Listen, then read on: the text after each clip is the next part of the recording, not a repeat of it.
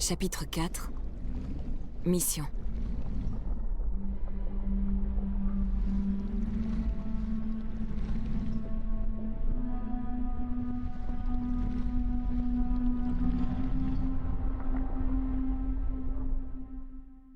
Deux jours étaient passés depuis l'altercation violente avec mon possesseur, qui n'avait plus pointé le bout de son nez. Les 2 plus beaux jours de ma vie. Chiara avait eu pour ordre de rester avec moi jusqu'à son retour. Mais ma petite dose de vacances fut de courte durée, car d'après elle, il devait revenir aujourd'hui. Alors, tu fais du 4 pour les jeans, du S pour les pulls. Je te prendrai des sweatshirts en M ou L, tout dépendra du modèle.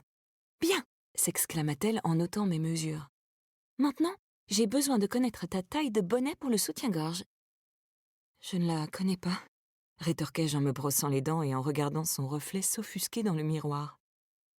Elle détailla ma poitrine, me mettant mal à l'aise, avant d'écrire de nouvelles notes sur son téléphone. T'as une préférence? Sur le tissu ou la couleur, peut-être? Je secouai négativement la tête, et elle me sourit furtivement. J'essayai ses chaussures, afin de connaître ma pointure, et par chance, c'était la même. Chiara sortit de la pièce, me disant qu'elle reviendrait demain avec mes achats. Lorsqu'elle quitta la maison, je me sentis tout à coup très seule. Seule l'eau qui coulait du robinet rompait le silence. Bien que ce sentiment de solitude ne m'ait jamais dérangée auparavant, ici, je me sentais oppressée.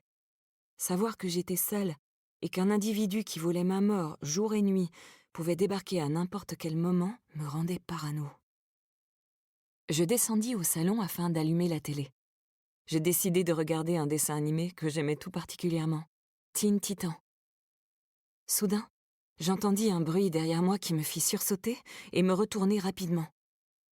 Je vois qu'il est déjà passé aux avertissements physiques, nota l'homme en découvrant mon bandage. Quel con! C'était le pervers de la dernière fois. Ben, je crois. Je ne savais pas comment il était rentré, mais il était là, dans le salon. Les sourcils froncés, je m'éloignai de lui. Il s'était approché un peu trop près du canapé à mon goût. « Je ne peux pas te toucher, ma jolie. Tu es la petite protégée de Rick pour l'instant. Mais je ne te cache pas que j'en ai bien envie, » dit-il en se léchant les lèvres. Son regard sur mon corps me retourna l'estomac. J'affichai une mine dégoûtée qui le fit rire aux éclats. Il s'affala sur le canapé en jetant un œil sur le dessin animé que j'avais choisi. « Tu regardes ça ?» se scandalisa-t-il. « Qui de nos jours regarde encore les Teen Titans ?» J'étais vexée. Et la vue de Changelin, mon personnage préféré, n'y changeait rien. Le pervers sortit son téléphone de sa poche et pianota sur l'écran tactile avant de lever la tête vers moi. « Tu peux t'asseoir, tu sais. Le canapé est immense et je vais pas te manger. » Je le fixai, hésitante, et décidai de prendre place sur l'autre extrémité du canapé afin de garder une certaine distance. Du moins, pas pour l'instant. Cette phrase me fit me lever d'un bond une seconde fois, sous ses éclats de rire. « Détends-toi, je rigole, t'aurais vu ta tête ?» s'esclaffa-t-il en reprenant son téléphone qui sonnait. Le pervers décrocha avec une moue exaspérée. Après quelques minutes de conversation, il le posa et se tourna vers moi. « En attendant le retour de notre cher H, parle-moi un peu de toi. Déjà, je ne connais même pas le timbre de ta voix. Tu es muette? Une nouvelle spécialité chez les captives ?» Je fronçai les sourcils en secouant la tête. Il était un peu dérangé lui aussi, non? « C'est quoi ton petit nom? »« Ella, » répondis-je doucement, encore debout. « Ella, » répéta le pervers en laissant ses yeux noirs se perdre sur la télé. « D'où viens-tu, jolie Ella? »« De Sydney. » Il haussa les sourcils. « Tu viens d'Australie ?» s'horrifia le pervers. « Votre pays me fait franchement flipper, putain. Les animaux là-bas sont possédés ou un truc dans le genre. » Sa crainte des animaux d'Australie m'arracha un sourire. Il était vrai que s'y trouvaient les espèces les plus dangereuses du monde, mais ça variait d'un endroit à un autre. Je me rassis sur le canapé, rassuré de voir qu'il n'avait aucunement l'intention de me dévorer, comme il le prétendait au début. « Pas à Sydney », l'informai-je avec un sourire en coin, en défendant mon pays natal. Et puis, je n'y ai vécu que les premières années de ma vie, avant d'aller en Floride. Je vois qu'on discute bien ici. fit une voix rauque derrière nous, ce qui coupa court à notre vraie discussion. Je me retournai en même temps que le pervers et tombai sur le psychopathe qui nous toisait du regard, un sac à dos à la main. « Mec, tu savais que Rick t'avait ramené une captive importée d'Australie ?» s'écria-t-il en me pointant du doigt. Mon possesseur concentra son attention sur moi en arquant un sourcil, puis la reporta sur le pervers. « J'ai déposé ce que tu cherchais, chez toi », l'informa mon possesseur, les bras croisés. « T'es en train de me foutre dehors, Scott ?» demanda le pervers d'un ton faussement outré. « Absolument, Jenkins. » C'était leur nom de famille, Ash Scott et Ben Jenkins. Psychopathe Scott et pervers Jenkins. Le garçon aux cheveux noirs m'adressa un clin d'œil avant de se lever et de quitter la maison, nous laissant seuls dans le salon. Je déglutis et me crispai lorsque je sentis le corps de mon possesseur s'écrouler sur le canapé près de moi. « Tu regardes de la merde ?» commença-t-il en tirant une cigarette de son paquet afin de la griller. « Tu peux changer, si tu veux » rétorquai-je doucement, en espérant qu'il ne le fasse pas. Il pouffa. « Je vais me gêner. » Il termina sa phrase en prenant la télécommande. Il zappa avant de tomber sur une série qu'il appréciait. Je sentis son regard perçant sur moi. Ne voulait-il pas se concentrer sur sa série, plutôt ? Il aurait pu me laisser regarder la mienne si elle ne l'intéressait pas à ce point. « Va me faire du café », ordonna-t-il en posant son regard sur la cigarette qu'il allait bientôt terminer.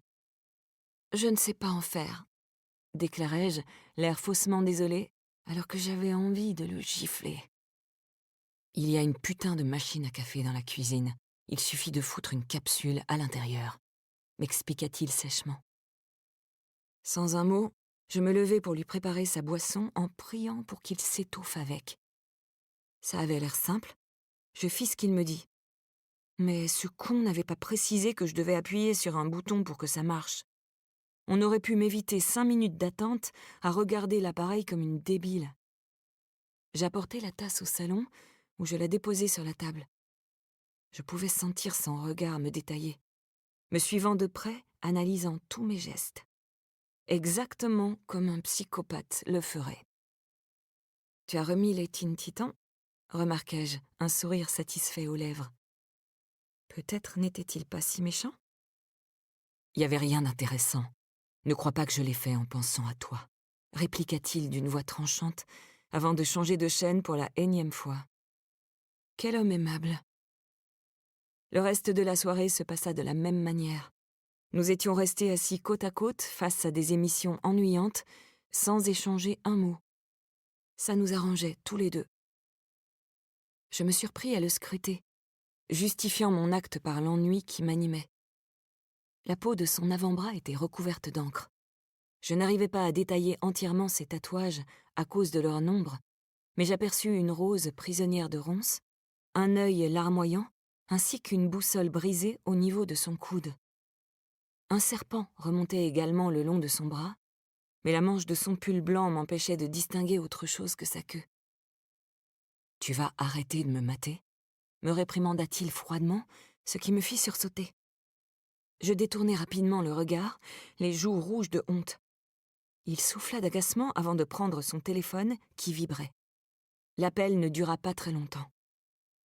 Lorsqu'il prit fin, mon possesseur se retourna vers moi, les sourcils froncés et les traits durs. « Tu as du travail pour demain », déclara-t-il. Je me glaçai sur place en entendant le terme de travail. Le calvaire allait-il recommencer ? Je ne me sentais pas prête à revivre tout ce que j'avais subi auprès de John. Je fermai les yeux, essayant de calmer ma respiration qui commençait déjà à s'affoler. La boule au ventre, j'acquiesçai nerveusement. « Tu seras avec Sabrina. Vous infiltrerez une réception caritative qui aura lieu demain soir, dans la demeure de James Wood. Tu te chargeras de l'occuper pendant que Sabrina fera sa partie du plan. » Ma mâchoire menaçait de se décrocher. Puis, je me rappelai les explications de Kiara sur les captives. Je n'allais plus me donner à des hommes répugnants contre de l'argent. Alors que j'étais à 2 doigts de lui sauter dans les bras, une question me laissait perplexe. Comment ça, l'occuper? Demandai-je en redoutant sa réponse. Ça, c'est ton travail, captive. Utilise ton cerveau, je ne sais pas.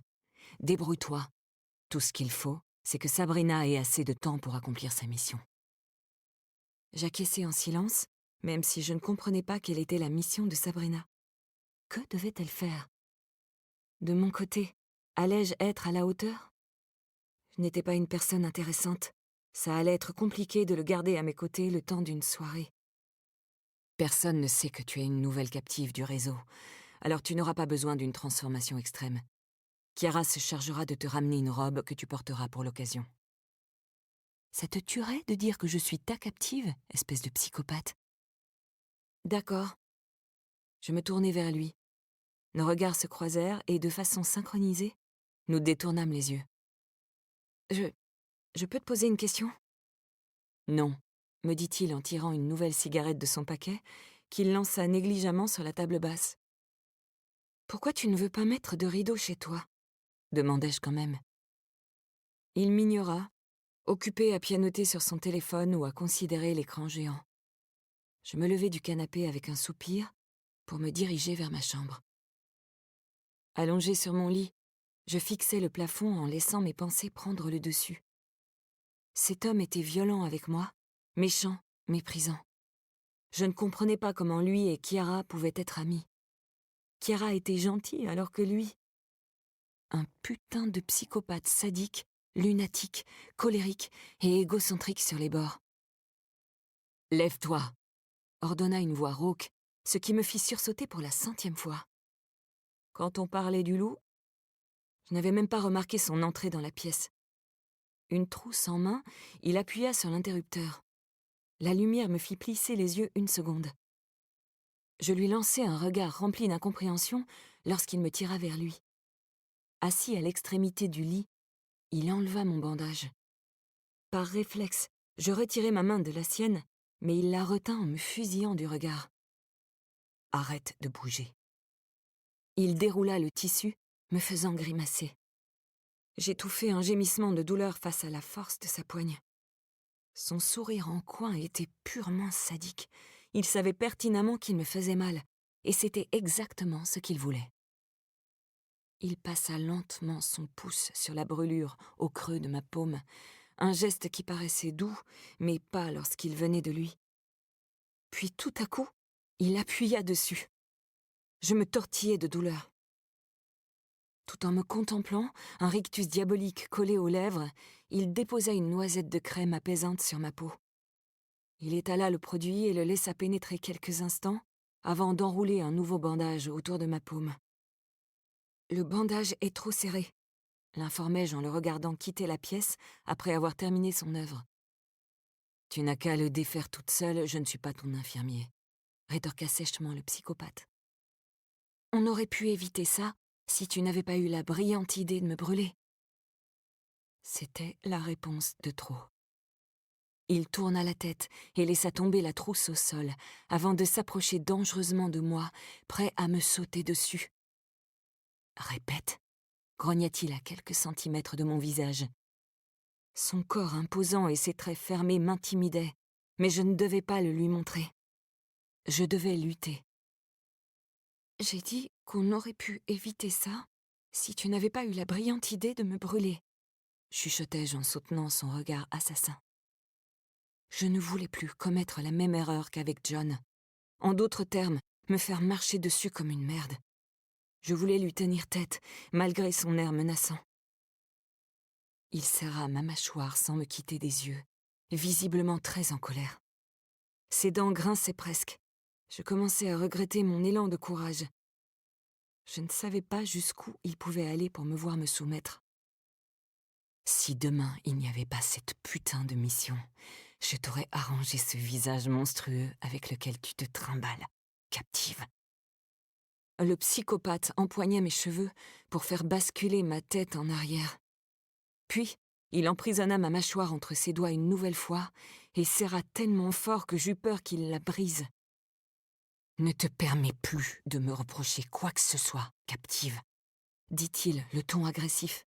« Tu n'es rien pour le faire. » Il enleva sa main de mon visage pour la presser contre ma brûlure, me laissant gémir de douleur.